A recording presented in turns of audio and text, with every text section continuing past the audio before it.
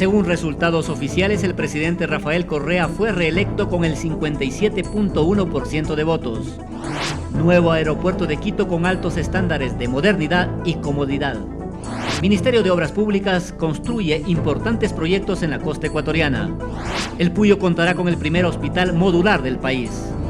En Sucumbíos, el Ministerio de Agricultura legaliza más de 6.000 hectáreas de tierras.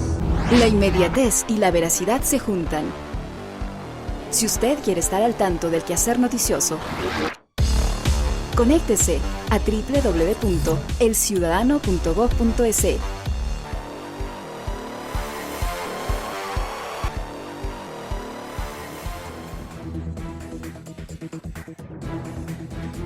Amigas y amigos del Ecuador y del mundo, bienvenidos al noticiero El Ciudadano al Día. Aquí conocerán cómo avanza la patria. Empezamos con la información. Según los resultados finales del Consejo Nacional Electoral, el presidente de la República, Rafael Correa Delgado, alcanzó la reelección con más del 4,9 millones de votos válidos, lo que representa un 57,1% de la votación. En los próximos días, el CNE concluirá el escrutinio de asambleístas nacionales y parlamentarios andinos. Según datos preliminares, los asambleístas de Alianza País obtuvieron un abrumador triunfo. Según los resultados oficiales de los escrutinios difundidos por el Consejo Nacional Electoral, el presidente Rafael Correa fue reelecto con un 57.1%, obteniendo 4.9 millones de votos, mientras que Guillermo Lasso logró un 22.7% de la votación. Según las cifras, Lucio Gutiérrez se ubica en tercer lugar con el 6.7%. Mientras tanto, se esperan los resultados finales de asambleístas provinciales y nacionales. Joana Rosales, El Ciudadano al Día. Diversas instituciones públicas acuden en ayuda a miles de personas que sufren las secuelas de las inundaciones en la costa ecuatoriana. La gobernadora del Guayas, Viviana Bonilla, indicó que las familias afectadas por las inundaciones serán reubicadas en los programas habitacionales que construye el Midubi en el sector de Monte Sinaí. También el Ministerio de Salud atendió a 320 personas, dijo la representante del Ejecutivo, quien añadió que las autoridades de educación determinaron que no se produjeron daños en las instalaciones escolares de las zonas afectadas. El fuerte temporal que sufrió Guayaquil el fin de semana dejó 2 personas fallecidas, mientras que otras tantas perdieron sus hogares y enseres. Mientras tanto, organismos de socorro, ministerios, fuerzas del orden, secretarías de Estado, prefecturas y municipios dotan de ayuda a los damnificados. Miriam Ayala, El Ciudadano al Día. A 2 semanas de funcionamiento del nuevo aeropuerto de Quito, se evidencian los altos estándares de modernidad y comodidad para servir a los pasajeros a nivel nacional e internacional. Las instalaciones inclusivas de esta terminal aérea forman parte de los beneficios más notables del aeropuerto. En el sitio, las personas sordomudas, no videntes o con alguna discapacidad física pueden movilizarse y acceder a servicios como bebederos, baños o ascensores sin ninguna dificultad. Entonces hemos tratado nosotros de también construir y tener un aeropuerto que sea amigable y respetuoso también con las personas que tienen algún nivel de discapacidad. Las voces en el ascensor ubican a las personas no videntes y las escaleras eléctricas también facilitan la circulación de los pasajeros en general. Evelyn Rodríguez, El Ciudadano al Día. Un total de 41 ecuatorianos que fueron inmovilizados por el paro de cafeteros y transportistas fueron trasladados desde Colombia. En un avión de la Fuerza Aérea Ecuatoriana también se evacuó a 25 personas de nacionalidades peruana, venezolana, colombiana, argentina, italiana y chilena. Más buenas noticias.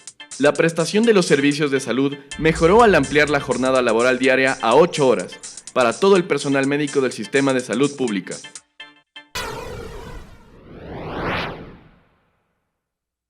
El Ministerio de Obras Públicas avanza en la construcción de 3 importantes proyectos en la costa ecuatoriana. El buen vivir se construye con obras para mejorar la calidad de vida de los ecuatorianos. La carretera E25 Baba en la provincia de Los Ríos es un ejemplo. Se trata de una vía de 16 kilómetros en la que el gobierno invierte 21 millones de dólares. En la provincia de Esmeraldas, en la localidad de Tachina, se remodela el aeropuerto general Rivadeneira. Me gusta la construcción del nuevo aeropuerto porque hay más servicio, amplitud, mejor aire acondicionado, que pongan buenos baños. Esta terminal aérea, que se complementa con la construcción de puentes y accesos viales, recibe anualmente 105.000 pasajeros. La expectativa es, como todas las personas que vivimos aquí en Esmeraldas, de que sea instalaciones súper modernas, súper cómodas. Otra obra importante que ejecuta el Ministerio de Obras Públicas es la nueva vía que une Santo Domingo de los Áchilas con Quevedo, por la cual transitan diariamente 40.000 vehículos. Rolando Ortega, El Ciudadano al Día.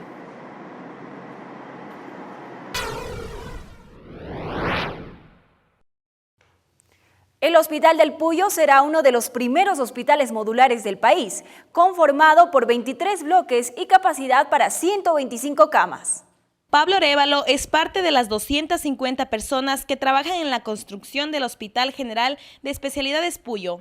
Labora desde las 7 de la mañana hasta las 18 horas para culminar con este proyecto que brindará salud de calidad a los habitantes de la provincia de Pastaza. Seguimos avanzando para el bienestar del pueblo. Absolutamente hemos trabajado con normalidad. En este terreno de 25.000 metros cuadrados en el barrio Santo Domingo, la empresa española Maquiver edifica este centro médico, donde se han invertido 33 millones de dólares. La obra gubernamental será uno de los primeros hospitales modulares del país, conformada por 23 bloques, entre estos 8 para hospitalización con una capacidad para 125 camas. Porque es un hospital seguro.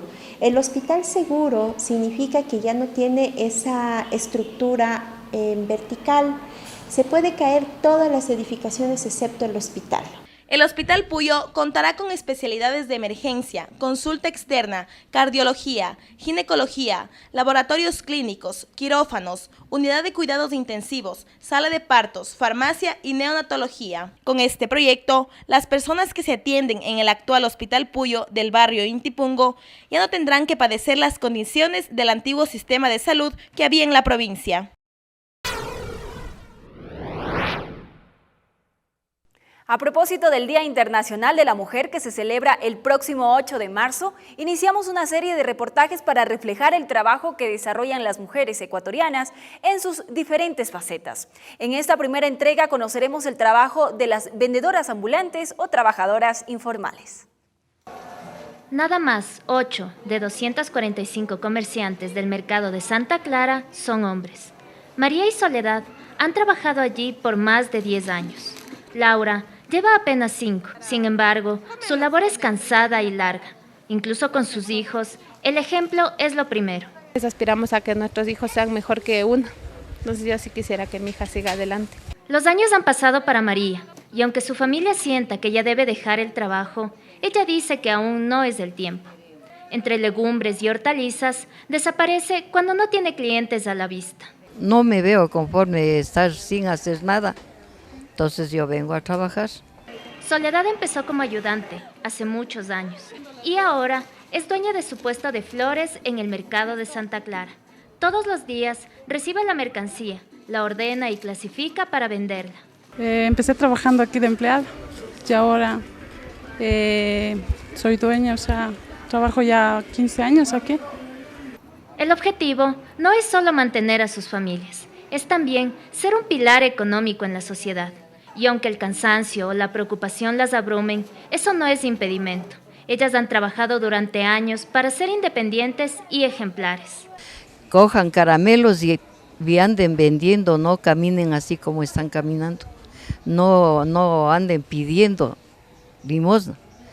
Evelyn Rodríguez, El Ciudadano al Día. Cambiamos de tema. El Consejo de Participación Ciudadana inició el proceso de pruebas de conocimiento a quienes buscan una plaza de trabajo en esa entidad. El Consejo de Participación Ciudadana y Control Social inició el proceso de pruebas de conocimiento a postulantes para el concurso abierto de méritos y oposición. En el auditorio de la Universidad Tecnológica Israel se llevó a cabo la primera etapa de esta iniciativa, que tiene el objetivo de brindar una mayor oportunidad laboral a la ciudadanía. Los postulantes deben cumplir con el perfil y requisitos estipulados por el Consejo. Tienen que tener lo que es la exigencia clara y precisa de lo que es el perfil como profesional, egresados o hasta incluso bachilleratos. El segundo punto que se considera en este caso es la experiencia laboral y el tercer punto, pues las capacitaciones de acorde a los cargos a los que ellos están estipulando. Juan Carlos Rueda, postulante para asistente administrativo, considera que es una buena oportunidad para crecer profesionalmente. Una excelente herramienta para aquellas personas que estamos en busca de un mejor porvenir. Los participantes deberán esperar aproximadamente 5 días para los resultados oficiales. Una vez teniendo los informes pertinentes con los resultados pertinentes, ellos subirán al sistema la información para que los postulantes ya tengan claro quién pasa a la segunda fase. El concurso ofrece 75 vacantes para diferentes áreas de trabajo. Joana Rosales, El Ciudadano al Día. El Ministerio de Agricultura y Ganadería, a través del proyecto de legalización masiva de tierras, entregó 760 escrituras públicas a beneficiarios de la provincia de Sucumbíos. La legalización de 6.037 hectáreas benefició a 3.800 personas del Aguagrio, Xuxufindi, Cascales, Putumayo, Cuyabeno, Gonzalo Pizarro y Sucumbíos Alto.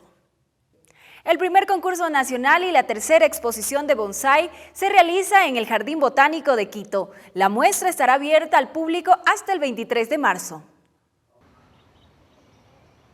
Juniperos, guayacanes, carboneros, cipreses y una gama de exóticos y novedosos bonsáis se exhiben en el aireado Jardín Botánico al norte de la ciudad. Por primera ocasión en el Ecuador se realiza un concurso nacional que fue avalizado por la FELAP, que es la Federación Latinoamericana y Caribeña de Bonsái. 200 árboles en miniatura de 17 expositores de todo el país atraen la mirada de grandes y chicos, quienes admiran el hecho de ver reducido un árbol que podría medir 40 o 50 metros. Los bonsáis son plantas que, como el señor nos explicó, antiguamente eran plantas medicinales, y los bonsáis así son tan chiquitos, son unas plantas tan chiquitas que nos pueden servir para varias cosas. La magia del bonsái, cuyo significado es planta en bandeja, se exhibe con diferentes estilos. Las excelentes condiciones en las que los árboles se muestran se deben a la utilización de buenas técnicas. La técnica bonsái es reducir el tamaño de un árbol, y para ello se utilizan algunas técnicas. Uno es cultivarlos en maceta, dos es el podar, luego viene el pinzado y viene también el tema de, obviamente es muy importante las condiciones ambientales que se les dé. Reconocidos bonsaístas dictarán conferencias gratuitas los días 9 y 16 de marzo sobre el arte y la técnica de cultivo de estos árboles miniaturizados. Miriam Ayala, El Ciudadano al Día. El municipio de Santa Cruz, en la provincia de Galápagos, firmó un convenio con el Banco del Estado por $1.897.000 para financiar la construcción de varias obras y la adquisición de un equipo caminero. Con ello se busca mejorar las condiciones de la población y el turismo en las islas.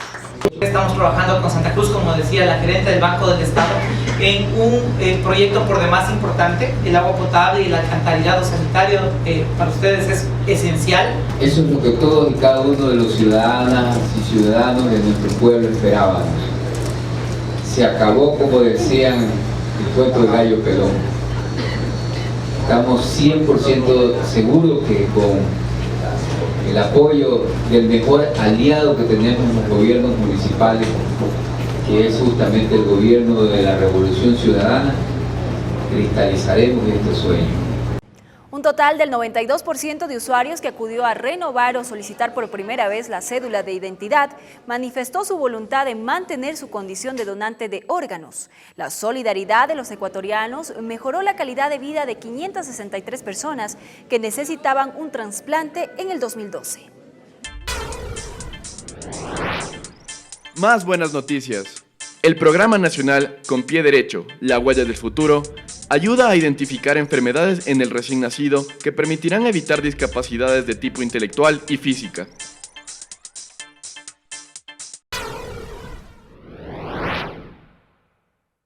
En el plan plano internacional ordenan exhumar los restos del poeta chileno Pablo Neruda. Empeora la condición respiratoria del presidente venezolano Hugo Chávez. Enseguida, estas y otras informaciones en el resumen internacional. El gobierno bolivariano informa al pueblo de Venezuela y demás pueblos hermanos sobre la evolución de la salud del presidente Hugo Chávez. Al día de hoy existe un empeoramiento de la función respiratoria relacionado con el estado de inmunodepresión propio de su situación clínica. Actualmente presenta una nueva y severa infección. Se ordenó exhumar los restos del poeta Pablo Neruda. Autoridades chilenas quieren esclarecer las causas reales de la muerte del artista y Premio Nobel de Literatura. La recaudación impositiva de impuestos en Argentina mejoró al 28,8% y sumó más de 6.000 pesos hasta febrero. El decano del Colegio Cardenalicio, Ángelo Solano, preside las reuniones de cardenales que comenzaron en el Vaticano para definir la fecha en la que será elegido el nuevo Papa de la Iglesia Católica. Evelyn Rodríguez, El Ciudadano al Día. Al concluir nuestro informativo, les invitamos a que nos sigan con el entrevistado de este día. De mi parte, gracias y hasta la próxima edición.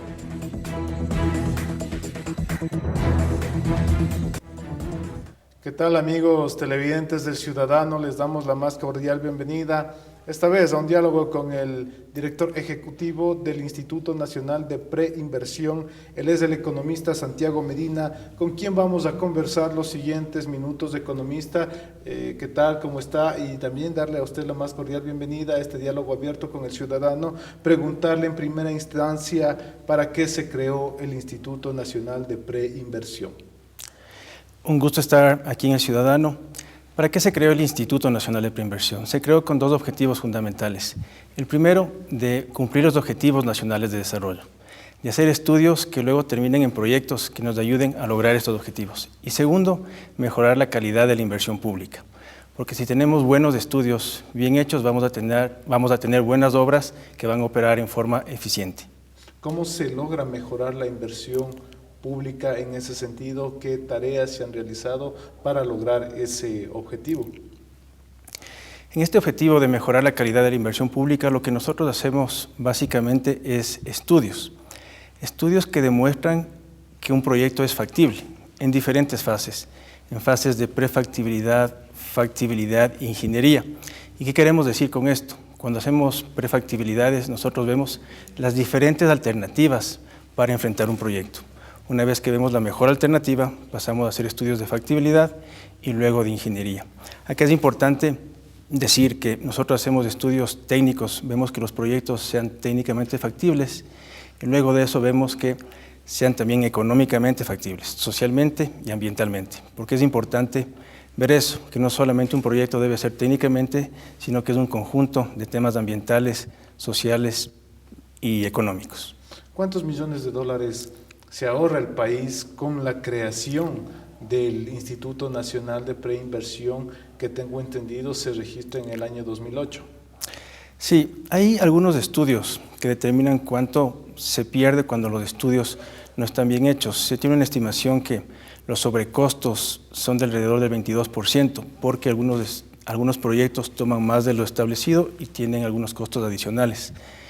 El instituto se crea desde el 2008 y en los últimos 3 años se ha tenido una inversión de alrededor de 74 millones de dólares, con un promedio de 3 millones por cada estudio. Pero lo importante es que estos estudios luego se convierten en inversión y se estima que la inversión de los estudios que estamos realizando van a llegar alrededor de los 4.000 millones.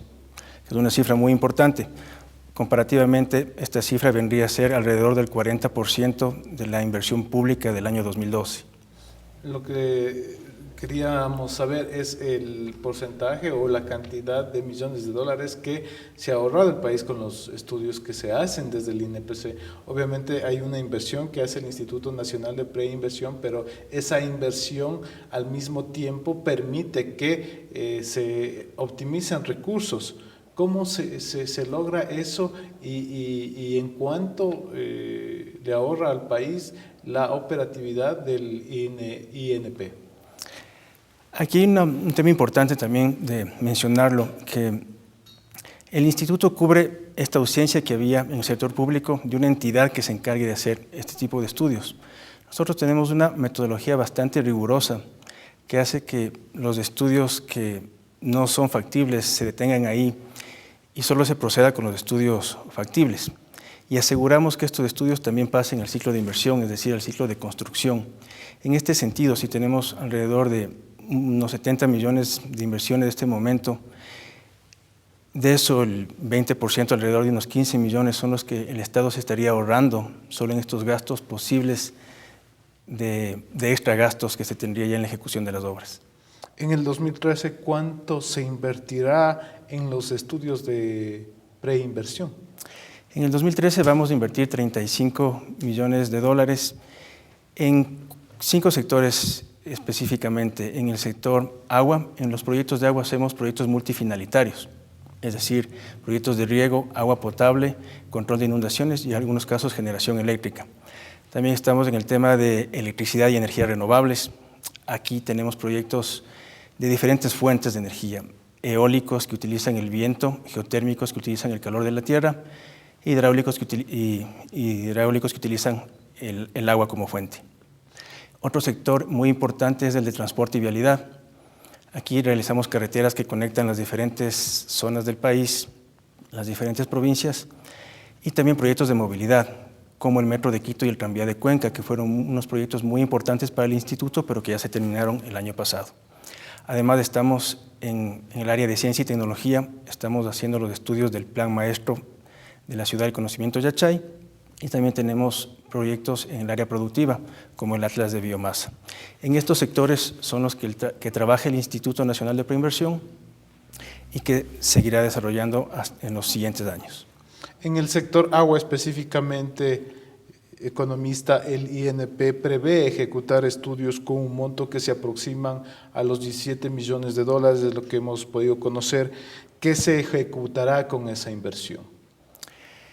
Con esa inversión en estudios vamos a tener en el futuro proyectos multipropósito que nos permiten incrementar la productividad en el riego.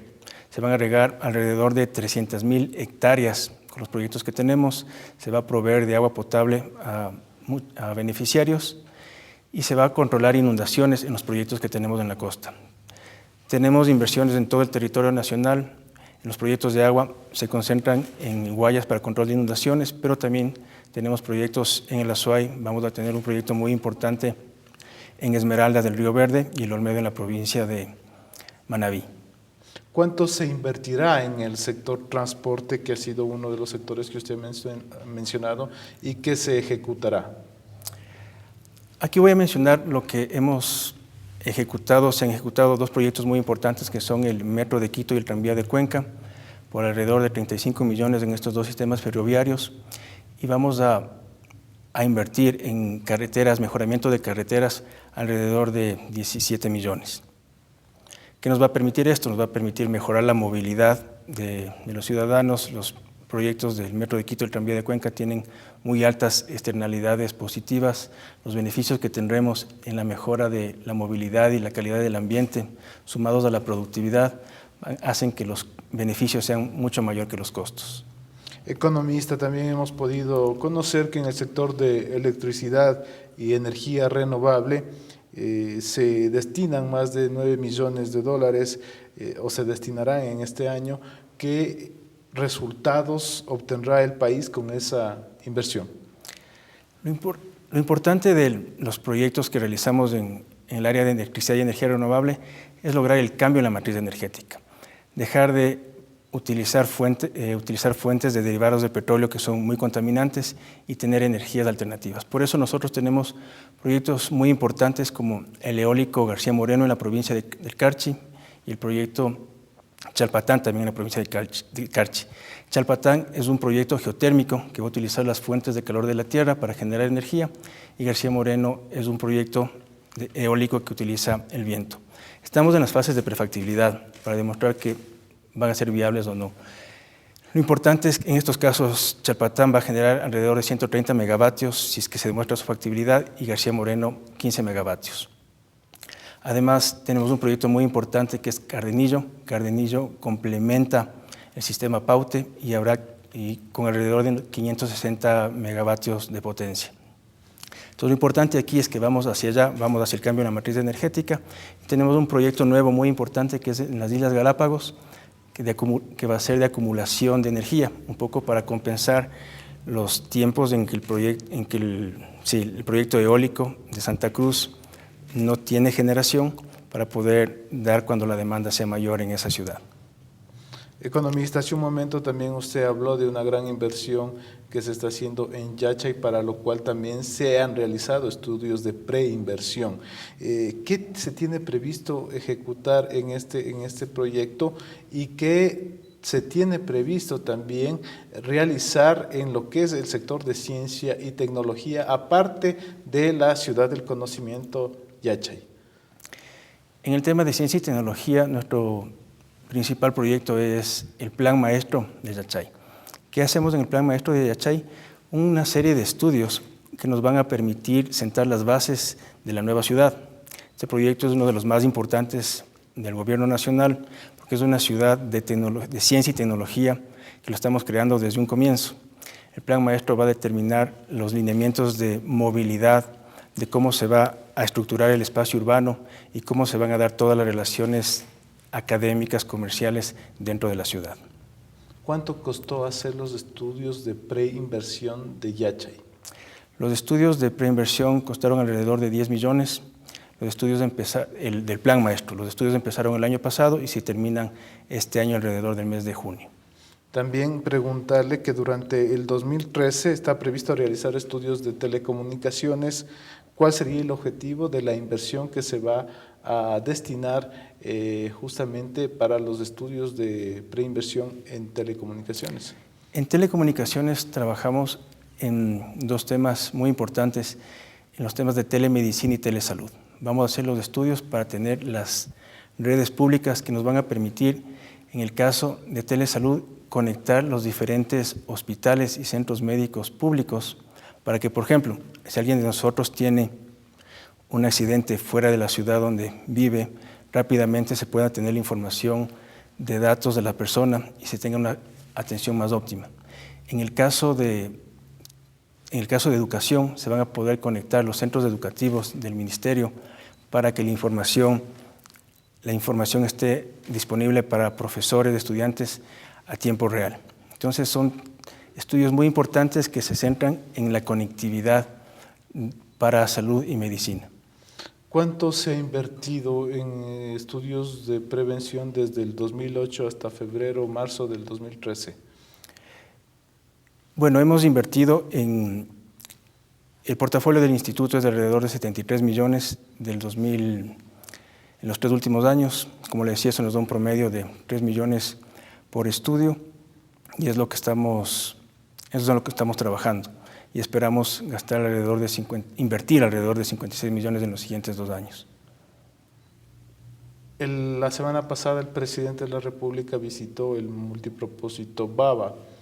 ¿Qué estudios realizaron ahí y cuál fue el aporte que puede brindar el Instituto Nacional de Preinversión en ese proyecto?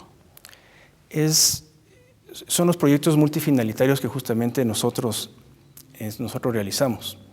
El presidente mencionaba que los proyectos multifinalitarios incrementan la productividad del agro en 3 veces más, porque básicamente se tiene sistemas de riego que recuperan sectores que por lo general están secos y se puede mejorar la producción agrícola.